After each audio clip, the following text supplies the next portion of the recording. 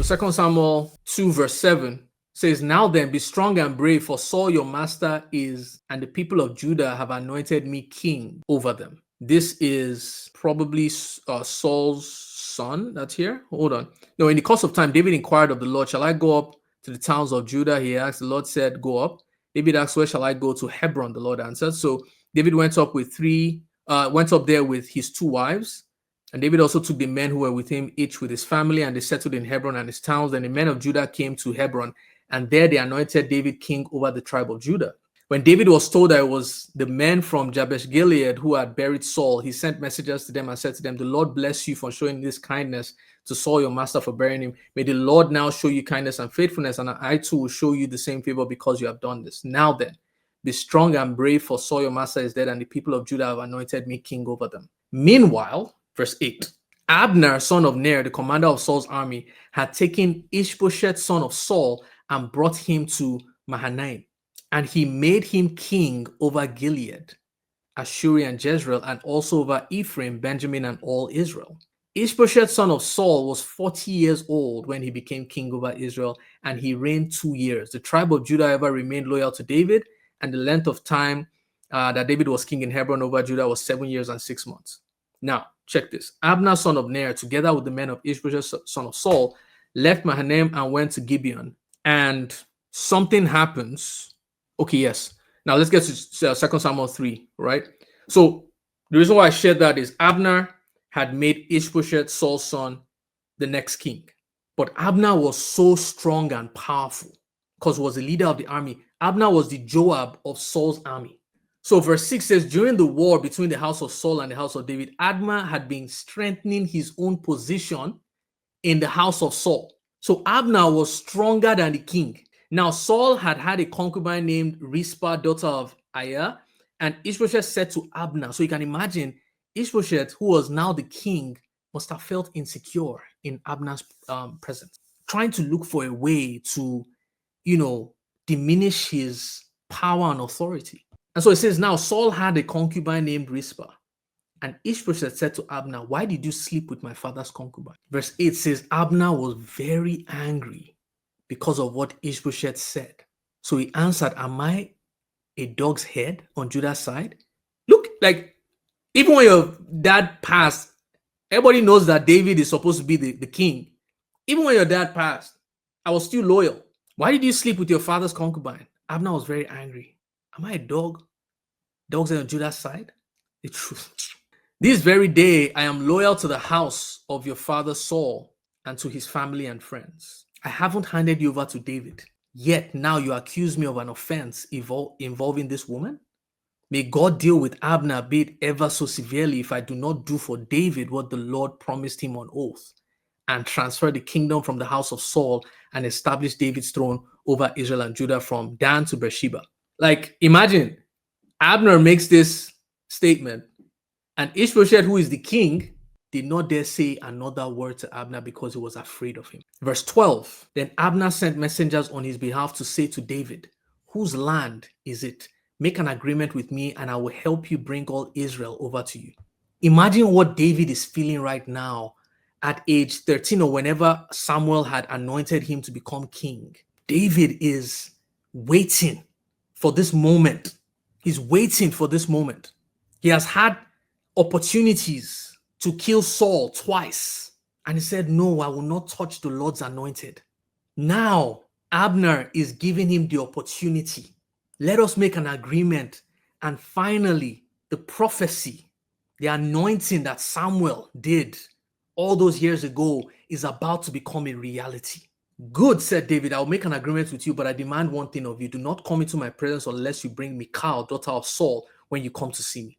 This is another segue that we could go on, because when I was reading the story of David, remember when Goliath came and was threatening Israel, the bounty was that whoever would defeat Goliath would marry one of Saul's daughters. David defeated Goliath, but that part of the transaction was never given to him.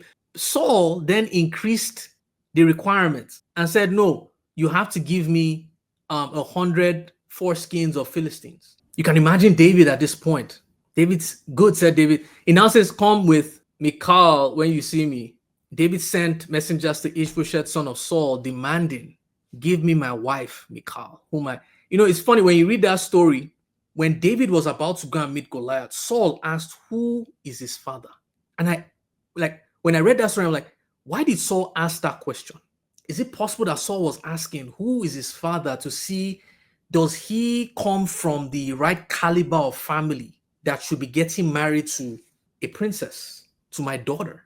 And when they said he's the son of Jesse, hi, who is Jesse? Because it doesn't make sense. Why did Saul not give Michal to David immediately after he defeated Goliath? Why did he raise the bar, hoping that David will not be able to kill the Philistines? He's like, "Gonna give me 100 foreskins of the Philistines." Anyway, I digress.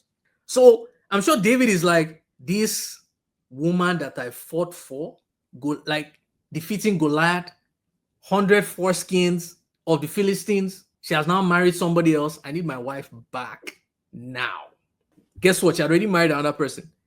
Verse 15 says, "So Ishbosheth gave orders and had her taken away from her husband, Paltiel, son of Laish, and her husband, however, went with her, weeping behind her all the way to Bahurim." Abner just told the guy, "Yo, go back home. We are all making sacrifices here." There are sacrifices that need to be made for national unity. Just go back. Imagine all the work that Abner had done behind the scenes. Verse 17, Abner conferred with the elders of Israel and said, "For some time you have wanted to make David your king. Now do it, for the Lord promised David, by my servant David, I will rescue my people Israel from the hand of the Philistines and from the hand of their enemies." Abner also spoke to the Benjamites in person. Look at all the work that Abner did on David's behalf. Then he went to Hebron to tell David everything that Israel and the whole tribe of Benjamin wanted to do. When Abner, who had 20 men with him, came to David at Hebron, David prepared a feast for him and his men. Think about that. They were now allies. From enemies to now allies. They ate. Verse 21, then Abner said to David, "Let me go at once and assemble all Israel for my lord the king, so that they may make a covenant with you, and that you may rule over all that your heart desires." So David sent Abner away and he went in peace. David at this point is excited. The prophecy over his life is about to come through. And as David is probably just envisioning, finally I get to rule. Finally, my calling, I get to live my calling. He gets a message. Abner is dead. I just ate with him. He's about to go to ensure that the prophecy over my life will be made a reality. What do you mean he's dead? How? Joab killed him. Oh man, you can like this must have been sickening for David to hear. It's like, Joab, man, you're a thorn in my flesh, bro. Like, because Abner had killed Joab's brother, and Joab could not let that go. Verse 22 says, "Just then David's men and Joab returned from a raid and brought with them a great deal of plunder. But Abner was no longer with David in Hebron, because David had sent him away and he had gone in peace. When Joab and all the soldiers with him arrived, he was told that Abner, son of Ner, had come to the king, and the king had sent him away and he had gone in peace." Gone in peace? What? David made an agreement with him? Does he not remember what he did to my brother? And when you go and read that story, Abner did not want to kill his brother. I think it was he Abishai or like, he kept on warning him, like, "Dude, stop chasing me, man."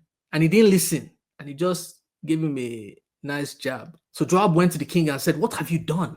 Look, Abner came to you. Why did you let him go? Now he's gone. You know, Abner, son of Ner, he came to deceive you and observe your movements and find out." It was just, all this was just, he was just giving reasons. He wasn't really revealing the real reason why he did it. Joab then left David and sent messengers after Abner, and they brought him back from the cistern at Sirah. But David did not know it. Now, when Abner returned to Hebron, Joab took him aside into an inner chamber, as if to speak with him privately, and there, to avenge the blood of his brother Asahel, Joab stabbed him in the stomach, and he died. You can imagine how David would have felt. This had the potential to halt or derail what David had been waiting most of his life to experience. That rebellion is stuck with David. Imagine this rebellion happened before Uriah. So is it possible that Joab, knowing what he had done here, also felt like, okay, like, I've had my excesses in the past. The king is asking me to just do one thing for him. I'll do it. I'll do it. Like, because this happened before Uriah. This happened before he got to Israel. So now we're beginning to unravel the conspiracy. And then the same thing happened with Amasa. Remember, David mentioned two people, Abner, son of Ner, and Amasa, son of Jether.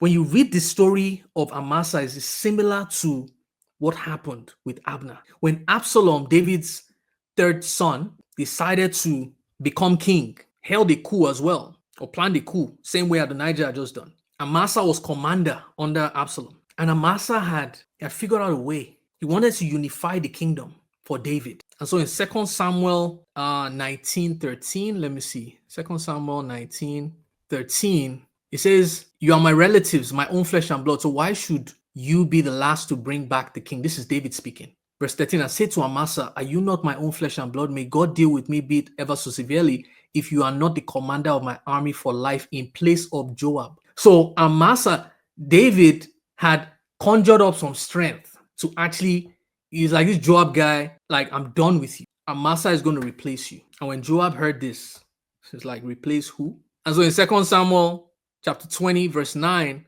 Joab said to Amasa, "How are you, my brother?" Then Joab took Amasa by the beard with his right hand to kiss him. And Amasa was not on his guard against the dagger in Joab's hand. And Joab plunged it into his belly. What's up? I'm just noticing it was the belly he did with Abner, the same with the belly with Amasa. Now we'll see why. Ooh, now that makes sense. Interesting. When we go back to 1 Kings 2, you see where David says something. He says he killed them and he stained his belt and shoe. I was wondering, why did he say that? But now it makes sense, because if you are stabbing someone in the belly, then the blood is going to splash on your lower region, right? So belt and shoe. Interesting. And so Joab plunged it into his belly and his intestines spilled out on the ground. And without being stabbed again, Amasa died. Then Joab and his brother Abishai pursued Sheba, son of Bichri. So back to 1 Kings 2. Shedding their blood in peacetime as if in battle, and with that blood he stained the belt around his waist and the sandals on his feet. When I initially read this, and it could still be true, because when Paul gives us the armor of God, there's the belt of truth and the shoes of peace. Truth is symbolic of authority. And so he shed their blood and stained. So he stained his authority, stained peace, which means that there was a fall in authority and there was also unrest based on what he did. So these were two moments in David's life where he almost lost the throne because of Joab. And so David is like, I couldn't deal with it in my own lifetime. Maybe there were too many skeletons in my closet. Maybe I was too weak. But Solomon, I'm going to need you to do what your father couldn't do. Make sure, deal with him according to your wisdom, but do not let his gray head go down to the grave in peace. Now, something else stood out to me.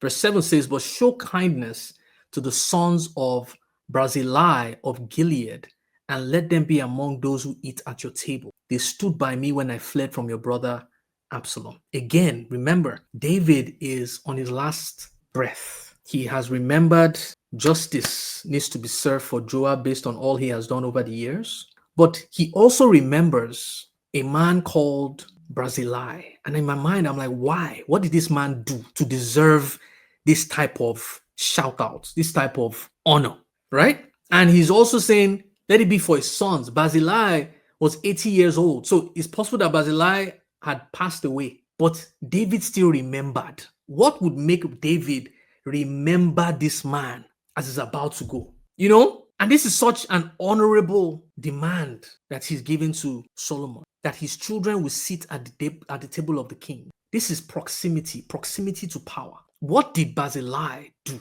to warrant this kind of honor? Thank you so much for watching. If you enjoyed this clip and you want to know how to hear from God using the Bible, I'd love to invite you to a live Bible study session that is happening every single day, Monday to Friday, 5 to 6 p.m. EST, where I show you how to not just read the Bible for information, but how to meditate on it for revelation, because revelation is the key to your transformation. Take care. Bye-bye.